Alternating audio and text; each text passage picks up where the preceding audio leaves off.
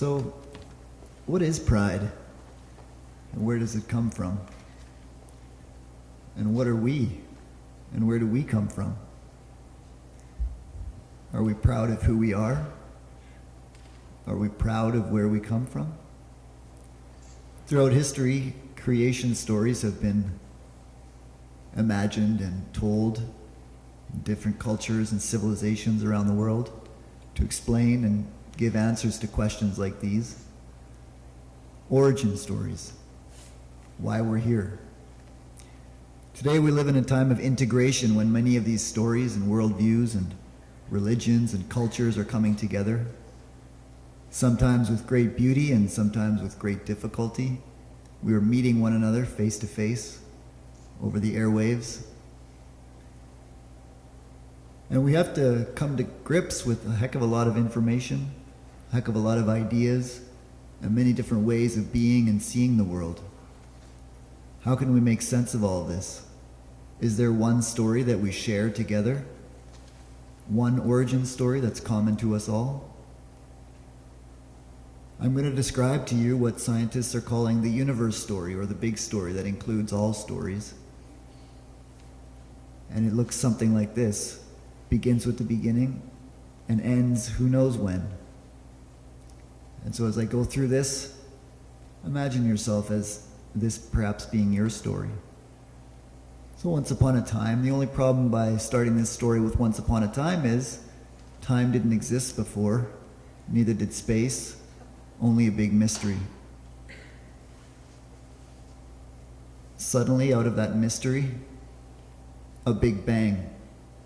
The eruption of everything that we see around us and that we are was created in a magical moment, and many forces and strange things were happening at the beginning of time and space.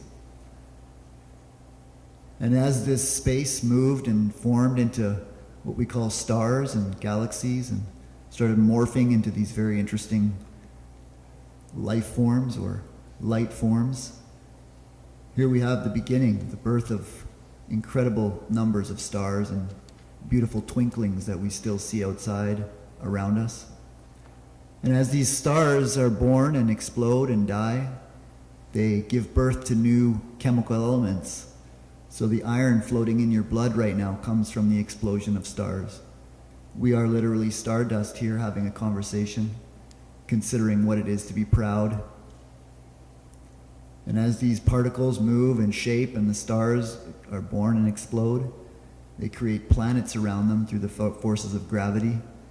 And these planets are sometimes hospitable to life and oftentimes not, depending on how close they are to the star.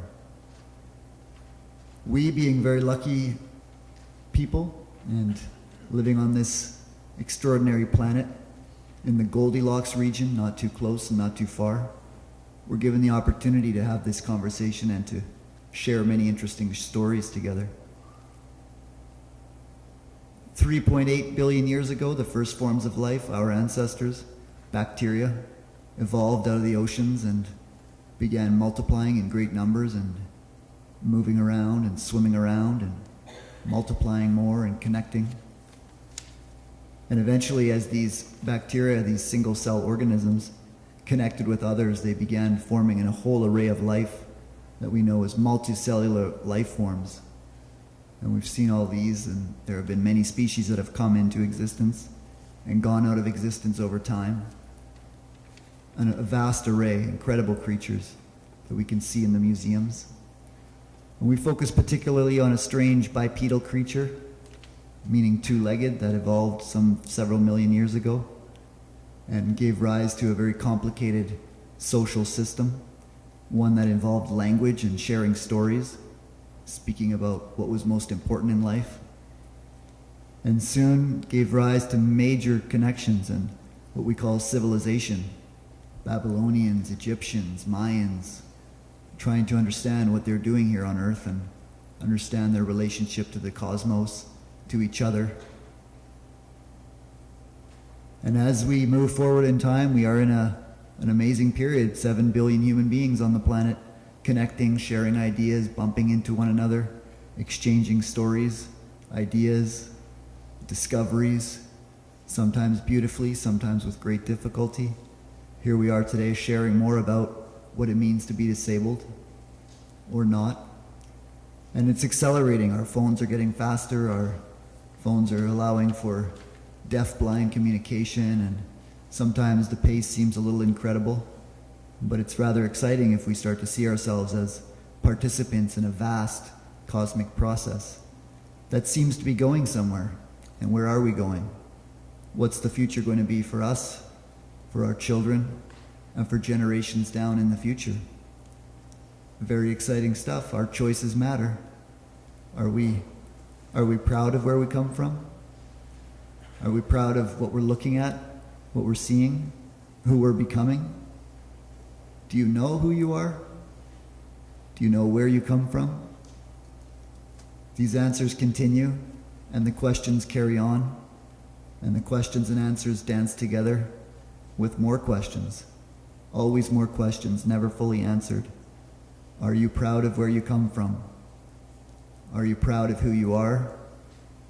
Are we proud of our relationship to the natural world? Are we proud of our relationship to the stars? Are we proud? Thank you.